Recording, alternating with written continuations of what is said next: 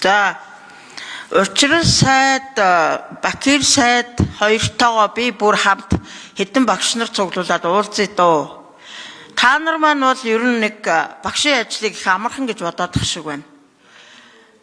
2-6 насны эд хөдөлгөөнтэй байгаа энэ насны хүүхэдтэй ингээд 60 настай багш биеийн тамирын хичээл заагаад зогсно гэж та нар боддоо. Асар хүнд шүү. Энэ бол нэг зүгээр харагдаж байгаа шиг биш. Тэгээд та нар маань болохоор нэг тийм гоё юм л яриад байна. Тийм гоё юм бол байхгүй шүү. Багшийн амьдралд.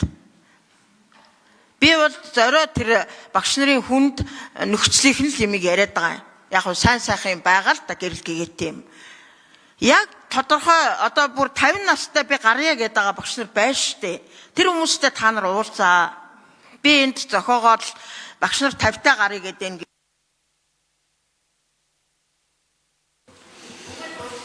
За асуултаа гүйцэж мөнгөтэй байх шүү. Тэгээ одоо багш нарын группээр Бакир сайд өөрөө мэдрэмжтэй бол ороод хараарай. Яг өчигдөр таны нөгөө хэлсэн 50-тай гаргаж яах гээд байгаа юм бэ гэж сайн зураг гишүүний бас 50-тай гаргаж яах гээд байгаа юм бэ гэсэн тэр юуны чин доор багш нар шаагж байгаа шүү. Битгий эргүүтэд та нар амьдрал мэдэхгүй байна гэж загинж штэ бид нарыг яг үнэн бодит юмыг л та нар яар. Тэрнээс одоо гоё байна, сайхан байна. Багш нар одоо 55-60 хүртэл ажилламаар байна гэж юусоо ярихгүй байна. Бодит ингээд яг хөрсөн дээрх юм ярихгүй гал унтраах юм яриад байна. Харамсалтай байна. Тэгэхээр би одоо учир сайд Бакир сайд хоёртой одоо нэг 500 багштай ч юм уу уулзмаар байна цуг. Тэ. За Бакир сайд хариулъя. Тэгэд энэ мөнхтэй багш одоо багш нарын төлөө үргэлжил дууржил байдаг зөв л дөө. Тэгээ яг өнөөдрийн энэ нийгэм дадлын ерөнхий хуулийнхаа нэмэлт өөрчлөлтийг хийчихэд тодорхой хэмжээний реформын шин чанартай олон жил ажилласан хүндээ ашигтай байдаг, ээлтэй байдгийг тогтолцоогоо хийчихэд одоо 5 дугаар их хурлыг дахиж хийгээд дахиад багш нараас асууя.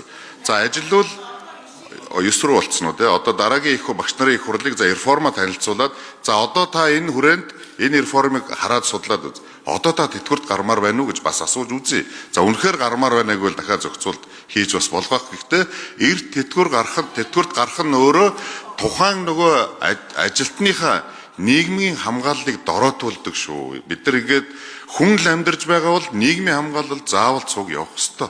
Заавал цуг явах ёстой. Ажлын нөхцөл хүнд байгаа бол ажил олгогч нь тэрийг сайжруулах үүрэгтэй. Хөдөлмөрийн аюулгүй байдлын тухай хуулиараа байж чинь тэр үнийг ялангуяа одоо энэ хөгжлийн бэрхшээлтэй хүүхдэд ажилладаг багш нар бол асар хүнд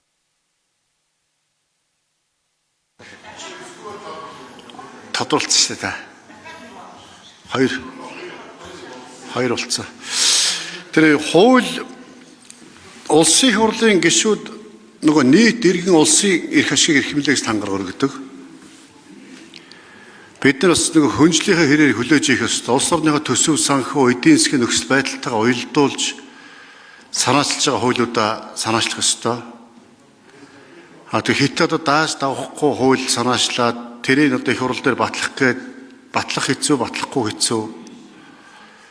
Тийм болохоор мэргэжлийн байнга ороод таны санаачлсан хуулийг чуулганаар хэлэлцүүлээ, хэлцэх асуудал оруулыг санал оруулж ирэхгүй байгаамаа. Боловсрол соёлын шинж ухааны байнга ороо өөрөрлөх юм бол яагаад гэвэл хит өндөр ачаал авах нэ одоо хүний хөгжлийн бодлогын байнга ороо ш тийм ээ. Улсын төсөв дотоодын нийт бүтээгдэхүүн 7% тэнцэх хэмжээний зардлыг боловсролын салбарт зарцуулаа гэсэн агуулга гэж байгаа.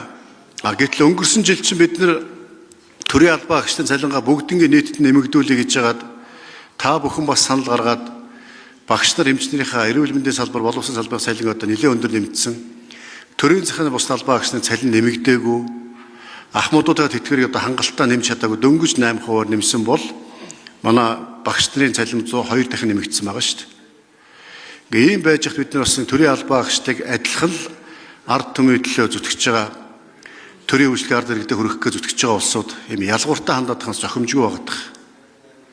Дээрээс нь төсөв санхүү маань даах бололцоогүй байна. Тэгээд өнгөрсөн жил ингэ шийдсэн байх дахиад ийм асуудал шийдэх гээд улсын төсөв хэцүү байхад ингээд гэдэг асуудлаар мэргэжлийн байнга ороод нь оруулж ирэхгүй байгаа.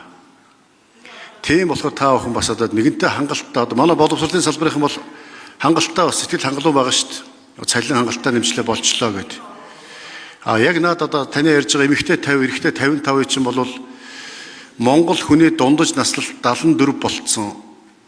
Түүнтэй холбоотойгоор тэтгэврт гарах насаа жоох ахиулаад олон жил ажилласнаар илүү их тэтгэвэр авдаг болъё гэд нэг хэсэг нь хүсээд байдаг ихэнх нь. Цөөн их хүмүүс нь бол тэтгэврт гарах насаа наашлуулъя гэдэг асуудал ярьдаг байх. Тэр нь бол цөөхөн. Гэтэл одоо илүү одоо юу гэдэг залуу замданда илүү одоо ажил хийх бүтэмжтэй туршлагатай чадвартай хувьд тэтгэвртэ гар гэд насын 50 болгочоор бүгд 50 насаа тэтгэврт гардаг болчих юм бол тэр хүмүүс чинь эргээд одоо бас хамт олонгүй эргээд хийх ажилгүй бас асуудал байдаг л баг. Тэгэхээр нэлээд сая ерөнхий сайд ярьлаа. Ерөнхий сайд Авбакир сайд та хэд маань багш нартайгаа уулзаад санал бодлын сонсоод инкам голлон сайдтайгаа хамт тэгж жагаад нэг асуудал ярих нь зөв байхаа. Ямар ч гэсэн 26 оны тухайд эрүүл мэндийн салбар, боловсролын салбарт хангалттай одоо асуудал шийдэгдсэн. Тийм болохоор одоо дахиад одоо тэтгэврийн асуудал яригдж байна. Энэ дээр та шаардлагатай бол наад гаргаж байгаа саналаа зарчмын зөрүүтэй саналын томьёол бэлдээд оруулах боломжтой байж байгаа. Иймэрхүү байдлаар нэг шийдээд явчаа. Тэгэхээр нэг нуур амгалан бол нугас амгалан гэж тэ. Хүний бодоогүй санаагүй бодуулаад сануулаад хүсээгүй юмыг тийм хүсүүлээд ингээд өмүүлээд бужигнуулаад ингээд тогтворгүй байдал үүсгээд улс орныхаа эдийн засаг төсвөө бодохгүй ерөнхийдөө амьдрал болж байна гэж бодож байхдаа хэн ч гэсэн одоо 100 саяын цалин авах хувьд би тамч 100 саяын цалинтай болгохыг хэвэн амлаа явах юм бол хүн болгон л тэгмээрэн л хүсэн шүү дээ. Тэгээ бодоогүй санаагүй юм насны сануулж бодуулаад бас нэг тогтвортой ажиллаа хийж байгаа салбарынхныхаа бас битгий сэтгэл санааг өмүүлээч. Энэ асуудал дээр та бас нэг жоохон анхаараа гэдгээс хэлье. Тэгэхээр ерөнхий сайдтай боловсролын сайдтайгаа хамтдаа багш нартайгаа бас уулзаад хэлэлцүүлэх хийгээд санал асуулга явуулаад судалгаа хийгээд үзээч. Тэгж жагаад бас асуудал ярьж болно.